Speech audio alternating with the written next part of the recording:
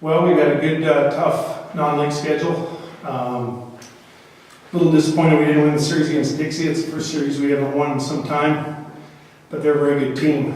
Going into conference, we viewed this weekend as a little bit of a trap week. Had two tough opponents, and not that Colorado Christian isn't, but I know our guys were amped up to play those Cal Baptist and Dixie, so we're really emphasizing sharpness going in this week, starting things off. Well, I think it's, Cal Baptist and Dixie, those are the type of teams you're going to see in the regional, and that's way down the road, but we saw very good pitching, and I don't believe we'll see much better pitching than that. I don't think we'll see better pitching than that until maybe late in the year. And so that's a good thing. Now we have to readjust and, look at, we're still trying to figure out where some pieces go. But as we start conference, we need to get off to a good start.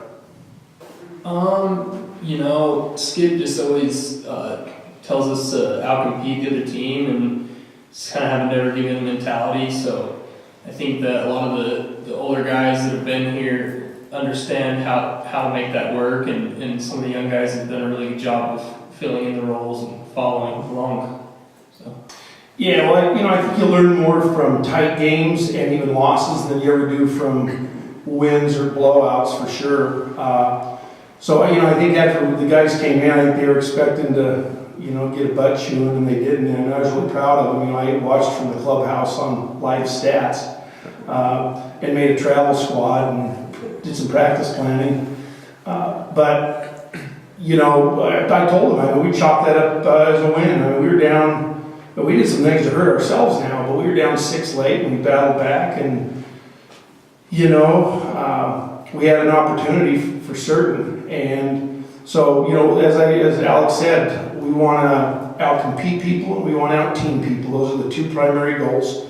We rarely talk about the winning. If we do those two things, we think that winning will take care of itself. Yeah, I think that's just really good recruiting and coaching in terms of finding the right guys, because you're not a real solid baseball player, I don't think, if you don't want that spotlight and want to be in that position and be the guy that pulls through for everybody else. So it's really hard. I have trouble sleeping some nights. I tell these guys I love them all. We want to play all of them. It hurts me to not play certain guys. Davis Cantwell didn't get in this week, and it kills me. I'm going to do everything I can to get him in.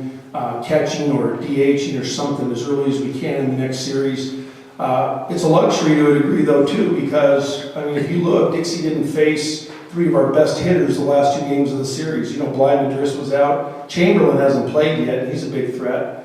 And Mitch Robinson's out. They didn't see Mitch the entire series. So to not have 3 of your biggest bats and to win a series on the road at Cal Baptist and to split with Dixie where we could have won all 4. We also could have lost all 4. They were very good ball games.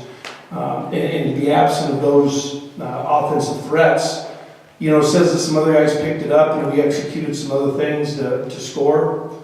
And so, as actually one of the things I'm going to tell the guys today, for the guys that wonder why we have the depth we have and recruit this way, well, this is why.